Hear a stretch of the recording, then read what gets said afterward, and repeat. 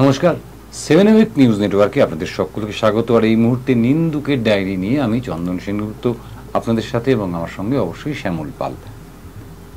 আজকে একটা অত্যন্ত বিতর্কিত বিষয় নিয়ে আপনাদের সঙ্গে আলোচনা করব। হাতে খুব সময় কম, এবং আমার মনে হয় আপনারা বেশিরভাগ মানুষজনই আমার সঙ্গে একমত হবেন না, কিন্তু বিষয়টা এত রূঢ় সত্য যে আপনাদের সঙ্গে আলোচনাটাকে আমার করা খুব জরুরি বলে মনে হয়েছে। আপনি ভোট দিয়ে প্রতি 5 বছর পর পর সাংসদ নির্বাচিত করেন, বিধায়ক নির্বাচিত করেন, পাশাপাশি কাউন্সিলর মানে পৌরসভার সদস্যদেরও নির্বাচিত করেন। কিন্তু তারপরেই আপনার মনে একটা ধারণা জন্মায় যে কাউন্সিলরগুলো সবকটা চোর, এই কাউন্সিলরগুলো সব খেয়ে নিচ্ছে, ঘুষখোর। আমি কাউকে সার্টিফিকেট দিতে বসিনি। কাউন্সিলর চোর নয়, কাউন্সিলর অসৎ নয়, এটা আমার আলোচনার বিষয়। আমার আলোচনার বিষয় হচ্ছে যে ধরুন আপনি সাংসদ নির্বাচিত করলেন, সাংসদ নির্বাচিত হওয়ার পর শপথ নেওয়ার পরেই তিনি একটা বিশাল অঙ্কের বেতন প্রত্যেক মাসে তিনি পাবেন, এবং তার যে সাংসদ পদ অর্থাৎ 5 বছর মেয়াদ উত্তীর্ণ হয়ে যাওয়ার পর তিনি যদি আর ভোটে না দাঁড়ান অথবা পরাস্ত হন, তাহলেও একটা বিপুল অঙ্কের টাকা তিনি পেনশন হিসেবে সারা জীবন পাবেন, অর্থাৎ একটা নিশ্চিত জীবন। আপনি বিধায়ক হিসেবে যাকে নির্বাচিত করেন প্রতি 5 বছর অন্তর অন্তর, তিনিও বিধায়ক হিসেবে নির্বাচিত হওয়ার পর শপথ নেওয়ার পরেই একটা ভালো অঙ্কের বেতন বিধায়ক হিসেবে তিনি বিধানসভা থেকে পাবেন, এবং পরবর্তী নির্বাচনে তিনি যদি হেরে যান অথবা তিনি যদি তার বিধায়ক পদ থেকে সরে দাঁড়ান, তাহলেও কিন্তু তিনি সারাটা জীবন পেনশন পাবেন একজন প্রাক্তন বিধায়ক হিসেবে, সঙ্গে অন্যান্য সুযোগ সুবিধা পাবেন যেমন সাংসদেরাও পান। কিন্তু আপনি যে কাউন্সিলরকে নির্বাচিত করেন প্রত্যেক 5 বছর পর পর, তারাও কিন্তু কাউন্সিলর হিসেবে শপথ নেন মানুষের পাশে থাকার, যেমন বিধায়করা নেন, যেমন সাংসদেরা নেন, দেশের সংবিধানকে রক্ষা করার, দেশের আইন কানুনকে রক্ষা করার পাশাপাশি কাউন্সিলররাও একই শপথ নেন। কিন্তু কাউন্সিলর নির্বাচিত হয়ে যাওয়ার পরে তাদেরকে কিন্তু কোনো রকমভাবে বেতন দেওয়া হয় না। এখন যে পরিস্থিতির তৈরি হয়েছে তাতে একজন কাউন্সিলরকে কার্যত 24 ঘন্টা সার্ভিস দিতে হয় তার যারা ওয়ার্ডের মানুষ তাদের জন্য, যারা সিআইসি মেম্বার হন তারা সমগ্র পৌরসভার পৌরাঞ্চলের জন্য, যারা চেয়ারম্যান হন সমগ্র পৌরাঞ্চলের জন্য। আমি যতদূর জানি তাতে বড়নগর মিউনিসিপ্যালিটির যারা কাউন্সিলর হন তাদের 1015 টাকা করে একটা অনারিয়াম দেওয়া হয়, অর্থাৎ সাম্মানিক দেওয়া হয়, সেটাও কখনো ফোনের খরচ হিসেবে ধরা হয় বা ইত্যাদি ইত্যাদি, একটা অনারিয়াম সাম্মানিক দেওয়া হয়। পানিহাটি পৌরসভার ক্ষেত্রেও সম্প্রতি জানলাম যে যেখানে 14,000 টাকা করে কাউন্সিলর প্রতি দেওয়া হয় একটা অনারিয়াম। কিন্তু আজকের যে পরিস্থিতিতে আমরা বসবাস করি, জিনিসপত্রের যা দাম, তাতে কি 15,000 টাকা, 14,000 টাকা, 12,000 টাকা বা আরও ছোটো মিউনিসিপ্যালিটিতে গেলে আরও কম, এই টাকায় একটা মানুষের সংসার প্রতিপালন করা সম্ভব? পাশাপাশি একটা কাউন্সিলর অফিস চালানো, অর্থাৎ একটা কাউন্সিলর যদি হন তাকে এখন একটা অফিস মেনটেন করতে হয়, পৌরসভার থেকে তৈরি করে দেওয়া হয়, যেটাকে আমরা ওয়ার্ড অফিস বলি। সেখানে আপনাদের অভিযোগ শোনার জন্য কাউন্সিলর মনোনীত 2-1 ছেলে বা মেয়ে, পুরুষ বা মহিলা তারা থাকেন, তারা আপনাদের অ্যাটেন্ড করেন। আপনারা অনেকেই বলবেন যে এরকম তো ছিল না। আমি কাউন্সিলরদের এরকমভাবে বলতে পারেন আপনারা যে আমরা তো রণাদাকে দেখেছি, যে সকালবেলা উঠে ড্রেন পরিষ্কার হচ্ছে কিনা, রাস্তা পরিষ্কার হচ্ছে কি ইত্যাদি ইত্যাদি তদারকি করার পর অফিস চলে যেতেন। বা তরিদ্দাকে দেখেছি যে সকালবেলা উঠে ওই ড্রেন পরিষ্কার হচ্ছে কিনা, রাস্তা ঠিকঠাক আছে কিনা ইত্যাদি দেখে উনি ওনার প্রফেসরি করতে চলে যেতেন, উনি কলেজে পড়াতেন। এরকম কাউন্সিলর তো ছিল, হ্যাঁ ছিল। কিন্তু তখন পৌরসভাগুলোর এত কাজ ছিল না। পৌরসভার কাজ রোজ বাড়ছে। কিরকম বাড়ছে?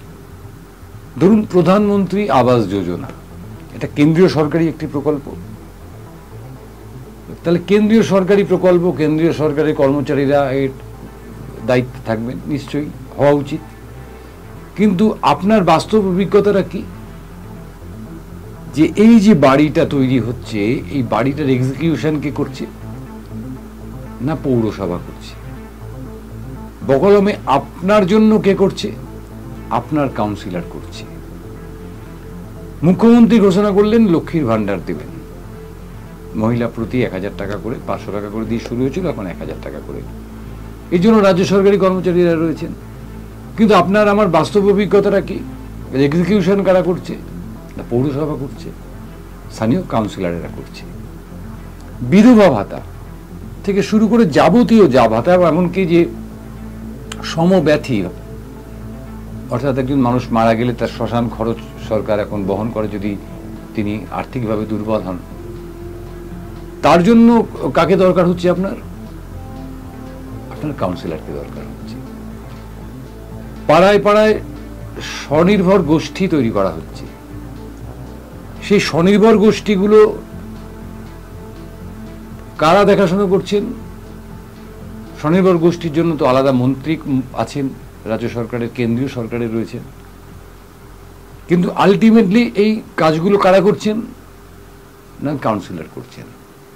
অর্থাৎ সেই দিন ভুলে যেতে হবে আমাদের, যেদিন শুধুমাত্র রণাদা বা তরিদ্দা এইরকম কাউন্সিলর, মানে তারা সৎ মানুষ ছিলেন বলে আমরা মনে করি, বিশ্বাস করি, তাদের কিন্তু এই কাজগুলো করতে হতো না। বিধবা ভাতা, কন্যাশ্রী, রূপশ্রী, এই যে হাজার রকমের ভাতা, পাশাপাশি কেন্দ্রীয় সরকারের বিভিন্ন প্রকল্প, স্বাস্থ্যসাথী, আপনার নিজের বাড়ি নিজের, অর্থাৎ যেটা আমাদের এখানে বাংলার বাড়ি, কোথাও প্রধানমন্ত্রী আবাস যোজনা, যে নামেই থাকুক না কেন, সেগুলো কিন্তু শেষ পর্যন্ত কাউন্সিলরের ঘাড়ে এসেই পড়ছে। আমাদের দাবিও, মানুষের দাবিও কিন্তু ক্রমশ বাড়ছে, মানুষের চাহিদাও কিন্তু ক্রমশ বাড়ছে। আগে, আজ থেকে 15-20 বছর আগে, পৌরাঞ্চলের বিস্তীর্ণ অংশ অন্ধকার থাকত, অর্থাৎ সেখানে স্ট্রিট লাইট ছিল না, বা থাকলেও সেই লাইটগুলো বিদ্যুৎ বিপণন সংস্থা, অর্থাৎ সিএসসি হোক বা স্টেট ইলেকট্রিসিটি বোর্ড হোক, তারা মেনটেন করতেন। সেই কাজটাও কিন্তু এখন পৌরসভাকে করতে হয়, মানে কাউন্সিলরকে করতে হয়। অর্থাৎ আপনার বাড়ির সামনের লাইট পোস্টের যে আলোটা জ্বলছে বা জ্বলছে না, সেটাও কিন্তু দেখার দায়িত্ব এসে পড়েছে কাউন্সিলরের উপর। অর্থাৎ শুধু আপনার পাড়ার ড্রেনটা পরিষ্কার হলো কিনা, বা আপনার বাড়ির সামনের রাস্তাটা ঠিকঠাক আছে কিনা, এই দুটো কাজ কাউন্সিলর করছেন, এবং তারপরে আর তিনি তার অফিস চলে যাচ্ছেন, আবার অফিস থেকে ফিরছেন, অফিস থেকে ফিরে কিছু নিয়মিত কাজ থাকে কাউন্সিলরদের, সেই কাজগুলো করছেন। এখন কিন্তু পরিস্থিতিটা সম্পূর্ণ বদলে গেছে। তো এই যে এই পরিবর্তিত পরিস্থিতিতে একটা পরিবর্তন বোধহয় আমাদের দেশে আসা উচিত, আমাদের রাজ্যে আসা উচিত, যে পৌরসভার যারা কাউন্সিলর হবেন, যারা পৌর প্রতিনিধি হবেন, তাদেরকেও এমপি বা এমএলএদের মতন একটা সম্মানজনক বেতন দেওয়া হোক। আমি পেনশনের কথা বলছি। যদি দেওয়া হয়, তাহলে তারপরেও যদি দেখা যায় যে সেই কাউন্সিলর বা সেই পৌর প্রতিনিধি অসৎ পথে টাকা রোজগার করার চেষ্টা করছেন, তখন কিন্তু আমরা সরাসরি তার দিকে আঙুল তুলতে পারব। তা না হলে একটা মানুষ সারাদিন আপনার জন্য কাজ করে গেল, আপনার জন্য মানে সাধারণ মানুষের জন্য, আমার জন্য।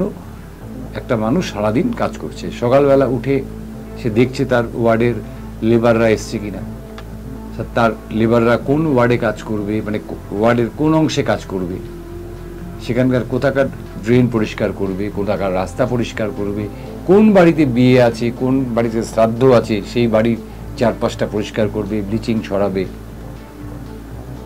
খানিকক্ষণ পরে ডেঙ্গুর প্রকোপ, মশার তেল, তার লোক চলে এলো পৌরসভার থেকে, তাদের নিয়ে গিয়ে ডেঙ্গি প্রবণ অঞ্চল যেখানে জল জমে থাকে সেই সমস্ত অঞ্চলে গিয়ে মশার তেল ছড়াবে।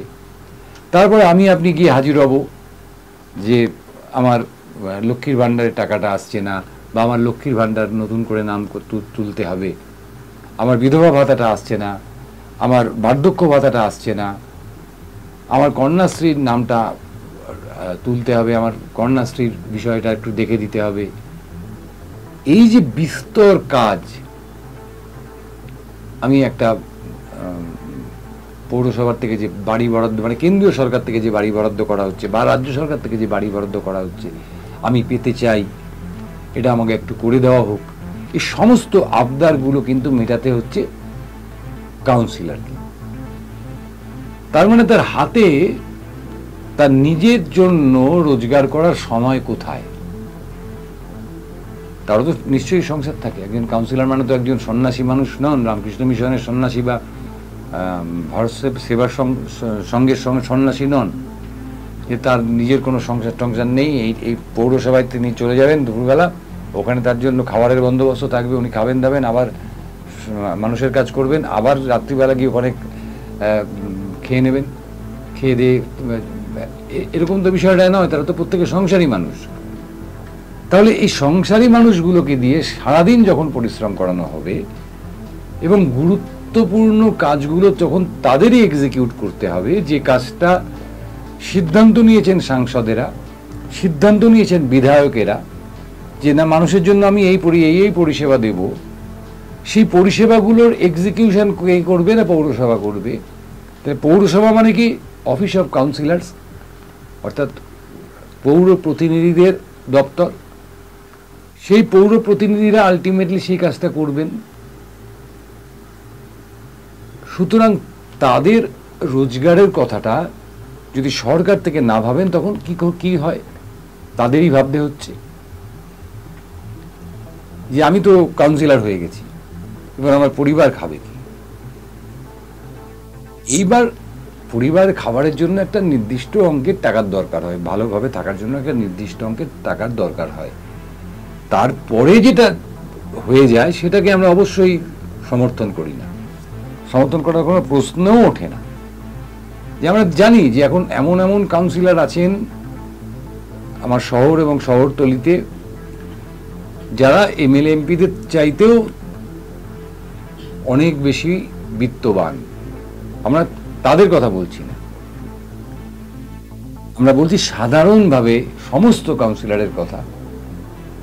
যে আমরা তাদেরকে চোর বলছি, তাদেরকে ধান্দাবাজ বলছি, তাদেরকে যাতা বলে গালাগালি করছি, কিন্তু আমরা ভাবছি না যে মানুষটা সারাটা দিন আমাদের জন্য পরিষেবা দিচ্ছে তার সংসারটা কিভাবে চলবে বা তার সংসারটা কিভাবে চলে। পাশাপাশি একটা কাউন্সিলর, একটা ওয়ার্ড ন্যূনতম ১,৫০০ থেকে ২,০০০ ভোটার বসবাস করেন।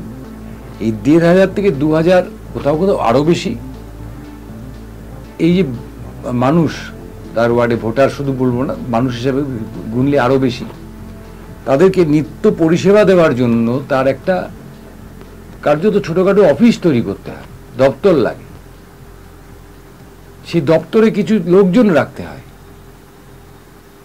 কেউ সার্টিফিকেট লিখে দিচ্ছে, কেউ ওই যারা সাফাই কর্মী তাদের পেছনে পেছনে ঘুরছে, কেউ দুপুরবেলা কাউন্সিলরের থেকে বিভিন্ন ধরনের চিঠি, যেগুলো চেয়ারম্যানকে দিয়ে অ্যাপ্রুভ করাতে হবে, সেই চিঠিপত্র নিয়ে পৌরসভার দপ্তরে যাচ্ছেন। তারা একটা টিম কাজ করে, এই টিমেরও তো খরচা হয়। এখন তো আর ঘরের খেয়ে বনের মোষ তাড়ানো মানুষ পাওয়া মুশকিল। আমাদের তো ৫১ পরিবারের সেই যে কনসেপ্ট, সেটা তো ভেঙে খানখান হয়ে গেছে। যেখানে ৫ ভাই ৬ ভাই ৭ ভাই ছিল, সেখানে এক ভাই যদি রাজনীতি করতো বা এই ধরনের সমাজসেবা করতো, তাহলে তার পরিবারের কিছু যেতেও আসতো না, তার খাওয়ার জুটে যেত। কিন্তু এখন তো সেই কনসেপ্টটা নেই আমাদের সমাজে। আমরা তো এখন মাইক্রো ফ্যামিলিতে বিশ্বাস করছি, মাইক্রো ফ্যামিলিতে পরিণত হয়েছি। সুতরাং একজন সাংসদ, তার যদি বেতন নির্দিষ্ট থাকে, একজন বিধায়ক তার যদি বেতন নির্দিষ্ট থাকে, তাহলে সেই একই কাজ করা, তাদের থেকে বেশি কাজ করা। কারণ একজন সাংসদ 3 মাস তার সংসদে কাজ থাকে সারা বছরে, তারপর যে কাজটা তিনি করেন সেটা হচ্ছে তিনি তার পরবর্তী যে নির্বাচন, 5 বছর পরে যে নির্বাচনে লড়বেন, সেই নির্বাচন লড়ার যে মানে বা জেতার যে রাস্তা, সেটাকে পরিষ্কার করার জন্য জনসংযোগ করেন। সেটা না করলেও কিচ্ছু এসে যায় না। কারণ আমি নিজে জানি, আমরা যে সিপিআইএম এর অমিতাভ নন্দীর আগে দমদম লোকসভা কেন্দ্রের এমপিকে আমরা অনেকে নামই জানি না, মানে চেনা তো দূরের কথা। যেমন ধরুন অনিল চ্যাটার্জি ছিলেন এখানকার একজন দমদমের একজন এমপি। আমি কার্যত তাকে কোনোদিনও চোখে দেখি।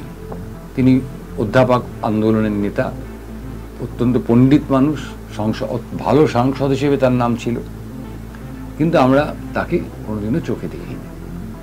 যেমন নীরেন ঘোষ, শ্রমিক আন্দোলনের একজন সর্বভারতীয় মাপের নেতা, কিন্তু সাংসদ হিসেবে, দমদমের সাংসদ হিসেবে কজন মানুষ তাকে চোখে দেখেছে। অমিতাভ নন্দী থেকে আমরা দেখতে শুরু করলাম যে না, বা ধরুন তারও আগে, তার 5 বছর আগে থেকে আমরা সাংসদদের একটা ভূমিকা আমরা চাক্ষুষ করতে শুরু করলাম। অর্থাৎ এমপি ল্যাড যখন থেকে চালু হল, অর্থাৎ এলাকা উন্নয়ন তহবিল, সাংসদের এলাকা উন্নয়ন তহবিল, সেই তহবিল থেকে তিনি রাস্তাঘাট, আলো ইত্যাদির জন্য সহযোগিতা করতে পারেন। স্কুলের কোনো সমস্যা আছে, দেখুন এখানেও সেই কাউন্সিলরদের ভূমিকাটা চলে আসছে। কীরকম ভূমিকা চলে আসছে, যে কোন স্কুলে একটা ঘর দরকার, সেই স্কুলের কর্তৃপক্ষের সঙ্গে আলোচনা করে, নির্দিষ্ট করে, তার কাগজপত্র তৈরি করে এমএলএ হয়ে এমপি পর্যন্ত পৌঁছচ্ছেন কিন্তু সেই কাউন্সিলর।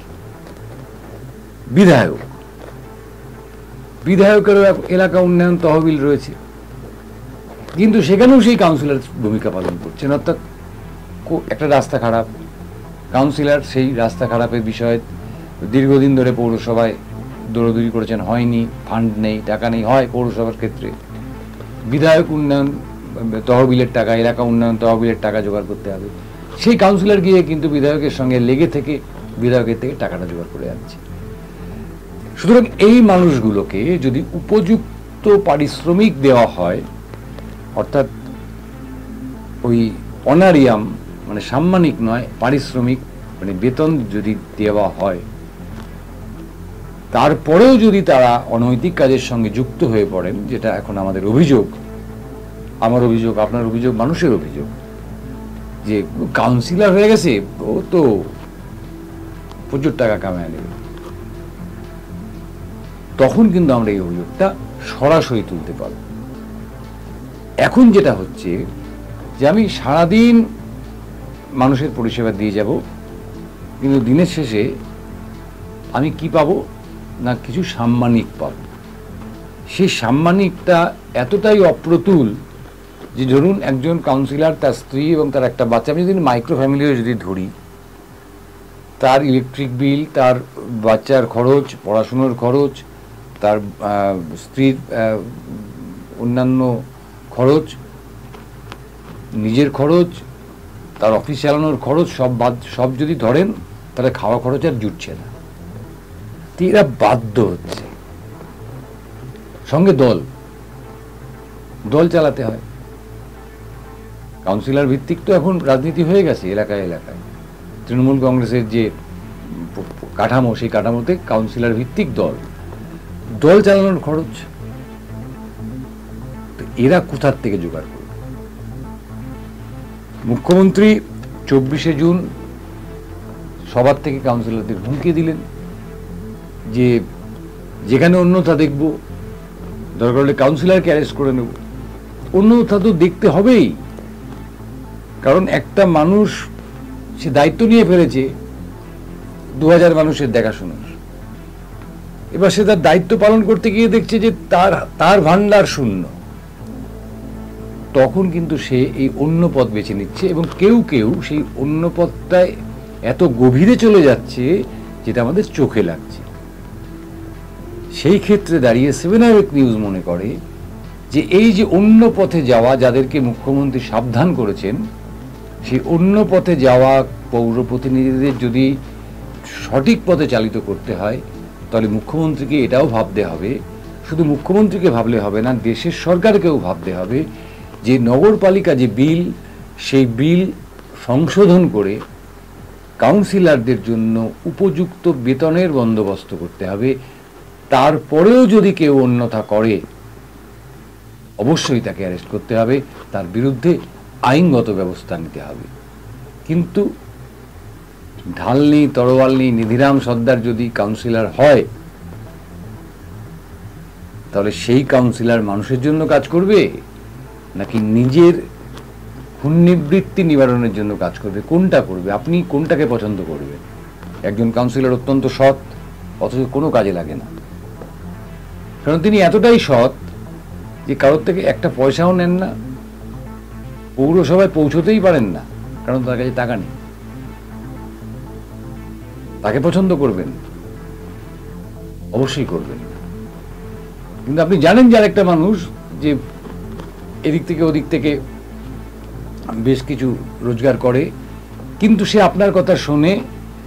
আপনি যখন তার কাছে গিয়ে পৌঁছন যে আমার মেয়েটা লেখাপড়া করে, দেখো আমার, উনি আপনাকে আশ্বস্ত করেন বসুন আমি দেখছি, তারপরে আপনার হাতে 500 টাকা বা 2000 টাকা দিয়ে বলেন যে একটু চালান, আমি দেখছি, তারপরে আপনার মেয়ের কন্যাশ্রীটা কত তাড়াতাড়ি করিয়ে দেওয়া যায়, আপনার মেয়ের রূপশ্রীটা কত তাড়াতাড়ি করিয়ে দেওয়া যায়, আপনার ভাতাটা, বৃদ্ধ ভাতাটা কত তাড়াতাড়ি করিয়ে দেওয়া যায়, আপনার বিধবা ভাতাটা কত তাড়াতাড়ি করিয়ে দেওয়া যায়, আপনি কিন্তু তার পক্ষেই থাকবেন। কিন্তু তিনি যে এই যে মধ্যবর্তী কাজটা করবেন, অর্থাৎ আপনার অ্যাপ্লিকেশনটা জমা নেবেন, সেটা নিয়ে ডিএম অফিসে যাবেন, ডিএমকে দিয়ে আপনার কাজটা করিয়ে আনবেন, বা পৌরসভায় যাবেন, পৌরসভায় গিয়ে পৌর প্রধানকে দিয়ে সেই কাজটা করাবেন, করিয়ে আবার ডিএম এর কাছে যাবেন, ডিএম এর থেকে তার পারমিশনটা করিয়ে আনবেন, তার জন্য খরচা নেই। আপনি কি কোনোদিন দিয়ে দেখেছেন কাউন্সিলরকে যে তুমি যে ডিএম অফিস যাবে তার ভাড়াটা রাখো অন্তত পক্ষে? আমরা কিন্তু এগুলো করি না। আমরা শুধু বদনাম, চোর, ছেঁচোর ইত্যাদি বলি। বলার কারণ আছে, নিশ্চয়ই কারণ আছে, কিন্তু সমস্ত কারণের পেছনে যে কারণটা হচ্ছে সবটাই অর্থনৈতিক। যে এদের কোনো কাউন্সিলরদের, হাজার হাজার কাউন্সিলর, 121টা পৌরসভা, 121টা পৌরসভা না, 121-এর বেশি যেগুলো নির্বাচন হয়ে গেছে, সেগুলো তার সংখ্যা 121।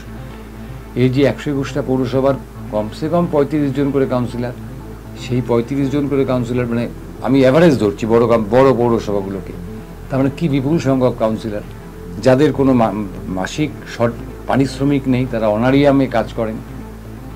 আমরাই তাদেরকে, আমাদের ব্যবস্থা, আমাদের আইন তাদেরকে বাধ্য করছে বাজার থেকে টাকা জোগাড় করতে, এবং আমরা সেটাকে চুরি বলছি, আমরা সেটাকে তোলা আদায় বলছি, এবং সেটা মাত্রা ছাড়াতে এমন জায়গায় গিয়ে পৌঁছেছে এখন সেই তোলা আদায়কে কেন্দ্র করে মারামারি হচ্ছে, খুন হচ্ছে। আজকেই যদি সেটাকে না বদলাই, কালকে ব্যারাকপুরের ঘটনাটা যদি আপনারা ধরেন, যে কাউন্সিলরের কি দরকার আছে দুর্গাপুজোর হিসেব চাওয়ার, দুর্গাপুজোর কমিটিকে ঢোকার কোনো দরকার আছে? দরকার নেই তো, কিন্তু ঢুকতে হবে টাকা। এই যে তোলাবাজি, এই তোলাবাজিটাকে যদি বন্ধ না করতে পারি আমরা, তোলাবাজি বন্ধ করতে গেলে তার হাতে পর্যাপ্ত পরিমাণ অর্থ দিতে হবে সরকারিভাবে, তবেই এই তোলাবাজিটা বন্ধ হতে পারে। তারপরেও যদি সে তোলাবাজি করে, তার বিরুদ্ধে আইনানুগ ব্যবস্থা নেওয়াটা অত্যন্ত জরুরি। আর তা যদি না হয়, তাহলে এই তোলাবাজিটা ধীরে ধীরে ধীরে ধীরে ধীরে ধীরে দেখবেন এটাই আইনে পরিণত হয়ে যাবে। অর্থাৎ আপনি একটা বাড়ি করতে যাবেন, কাউন্সিলরকে টাকা দিতে হবে, এখনই হয়ে গেছে খানিক, সেটা আরো বড় আকারে ধারণ করবে। কালকে ব্যারাকপুরে যে ঘটনা ঘটেছে, সেই ঘটনাটা আগামীকাল আপনার পাড়ায় ঘটবে, আমার পাড়ায় ঘটবে, সবার পাড়ায় ঘটবে। সুতরাং আমাদের 7 আওয়ার নিউজ মনে করছে যে এই সমস্যাটারও একটা সমাধান আছে। সমাধান মুখ্যমন্ত্রী খুঁজুন, কেন্দ্রীয় সরকার খুঁজুক, কারণ নগরপালিকা আইনটা কেন্দ্রীয় সরকার তৈরি করেছিলেন। নগরপালিকা আইনে কাউন্সিলরদের উপযুক্ত পারিশ্রমিকের ব্যবস্থা করুন। তারপরেও যদি কোনো কাউন্সিলর বা পৌর প্রতিনিধি অবাঞ্ছিত টাকা রোজগার করার চেষ্টা করেন, তাদেরকে ধরে সোজা গারদে ভরে দিন, কারো কোনো আপত্তি থাকবে না। কিন্তু একটা মানুষকে চোর বলার আগে, একটা মানুষকে অসৎ বলার আগে আমাদের ভাবতে হবে যে কী পরিস্থিতিতে দাঁড়িয়ে সেই মানুষটা অসৎ হচ্ছে, সেই মানুষটা চোর হচ্ছে, বা আপনাদের ভাষায় তোলাবাজ হচ্ছে। আজকে এই পর্যন্তই থাকুক বন্ধুরা। আপনাদের যদি আমার সঙ্গে একমত হন, আপনারা যদি নাও হন, অন্ততপক্ষে কমেন্ট বক্সে লিখে জানাবেন, তাহলে আমরা নিজেদেরকে শুধরে নিতে পারবো। আর বিজ্ঞাপনহীন এই চ্যানেলে আপনাদের আশীর্বাদ আমাদের শুধুমাত্র ভরসা। রোজ বলি, আবারও বলি যে আমাদের চ্যানেলটিকে সাবস্ক্রাইব করুন এবং বেল আইকনটা টিপে দেবেন। যদি আপনার আমাদের চ্যানেলটাকে পছন্দ হয়, তাহলে সবার আগে আপনার কাছেই আমাদের খবরটা গিয়ে পৌঁছবে। সবাই ভালো থাকবেন। জয় হিন্দ।